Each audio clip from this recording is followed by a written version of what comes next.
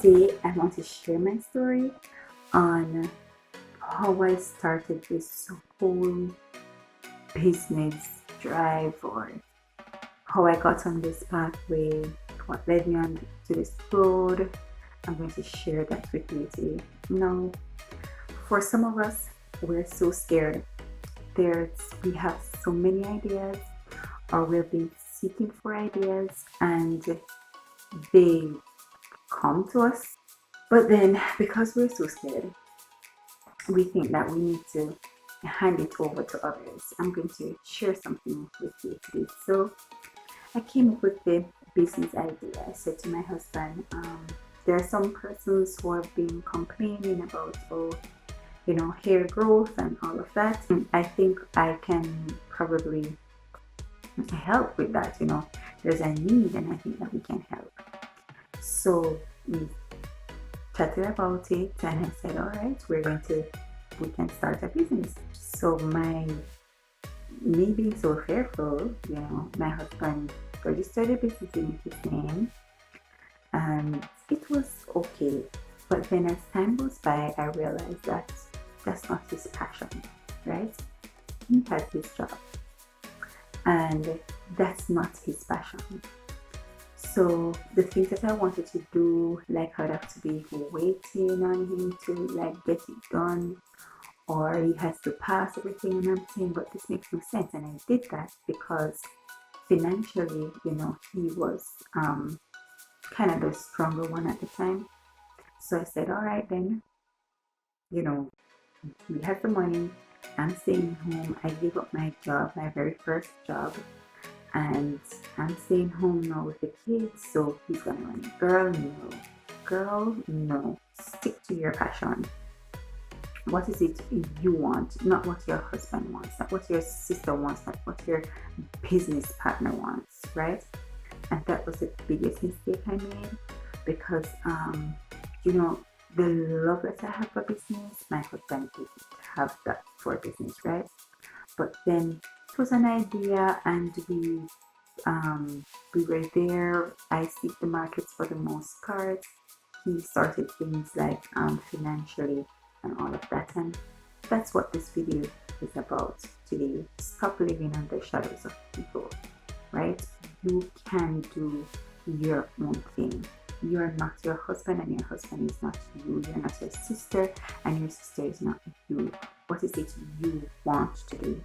Sometimes when you take your passion and you give it to others, and you sit and watch it die, and you do nothing about it, because you gave it up.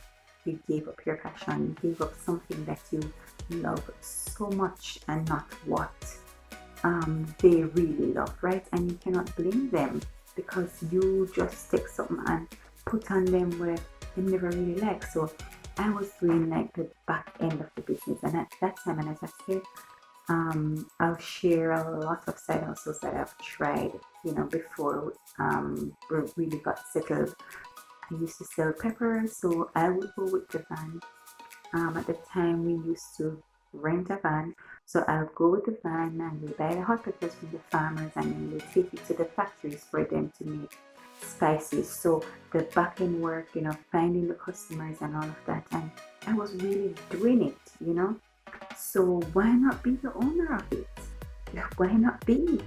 But because we're so scared, then we take our passion and we just thrust it onto others, and it's not fair for them, right? So be yourself.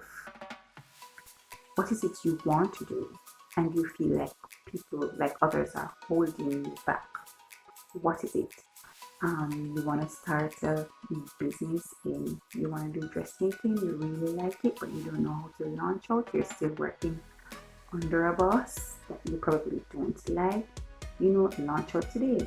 Buy a piece of cloth, go home, make a skirt on your own.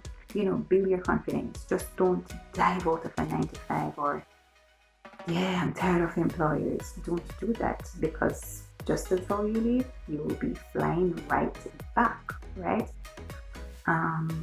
What is it that you have that you have probably just given up, and you need it back? Take it back. That's what I did, I fully run my business now, right? It's back, it's in my hands. My husband will support whatever way, but then it's in my hands, it's mine. It belongs to us, but then I'm the boss, right? So, what is it that you have probably passed on to somebody? A purse that you gave away, right? You made the person, you say, you take this and you go market it, you be that. Anything, what is it? Look around and see something that you have probably given up. You just gave up on it, and there are others that they're struggling with their passion. They're struggling with your dream. It's not theirs, right? You need to take that back today. You need to take it back. You need to sit down and you need to make a decision as to how you're going to take it back. You're going to make plans, put them on paper. This is what I'm going to do. Think about it, talk about it, dream about it. Dream about taking it back. Is it your freedom of speech? What is it that you've really given up and you're living under the shadows of others? And my brother said this to me one day.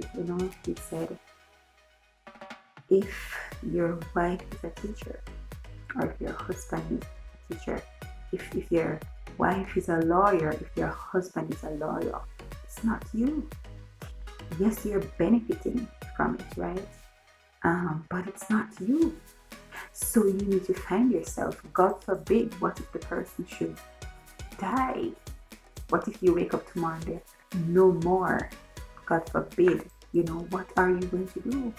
You have lived under his or her shadow for so long, right? And we're empowering women here. So I can say you have lived under his shadow for so long. And he's off the scene now. And you fending to make ends meet is 100 times harder, because while he was alive, you didn't do the things that you're supposed to do. You had nothing in place. And now he's dead. You're looking to others to support you, right? He is not you. You have to be you. So, it's a challenge. Please don't sit and wait and hope and pine. Sometimes the person doesn't even know that you're going through this, right? So just be yourself. Just be yourself. Walk out, step out, take it back. That's what I want you to do. Take it back. Take back your business. Take back your life. Take back what belongs to you. It's yours, right? It's yours, and that's what I want you to do today. And there's some persons who, they're Christians, and they believe that, as a Christian, you're supposed to submit to your husband and all of that. Listen, this is a different kettle of fish. Because if nothing should have happened, and when you sit and lie down in your bed in the morning, right, then probably happy, and I eat big fish and I live them life. And when you take back what is yours and you're living life and enjoying life, they are going to be unhappy. And they're going to be the ones that will come and knock on your door and beg you things. The same ones that were saying, submit, don't do that. It's your husband. It's how God ordained it. Be careful. Be careful for what? Be careful of what? Nothing really. So, my girl, step up. If you're being a fool, you need to stop. Because if anything should happen, even outside of death, people separate all the time. What are you going to do? What are you going to do when you go to the court and the judge tells you that, you can get this, but for whatever reason, it's not every time it goes half and half as you think, right? every situation were different. Situations are different. I know of wives right now who are basically left in the cold. Different situations, whatever she did and whatever, but when the court works it out and the dust is settled, you're not going to get half all the time. And sometimes there's no half to get because in basically a rough. So you don't have no half to get. You don't have nothing to share because you don't have anything at all. So when you're going to break up and there's nothing more than the two clocks when you have bunny foot, nothing to get. So I want to challenge you, take it back in the name of Jesus. Take it back and start to feel yourself again. Breathe. There's air. The opportunities are around. Lots of opportunities, and I'm going to share them with you. So my lovely ladies, I hope you enjoyed that video. Please go now and act. Bye.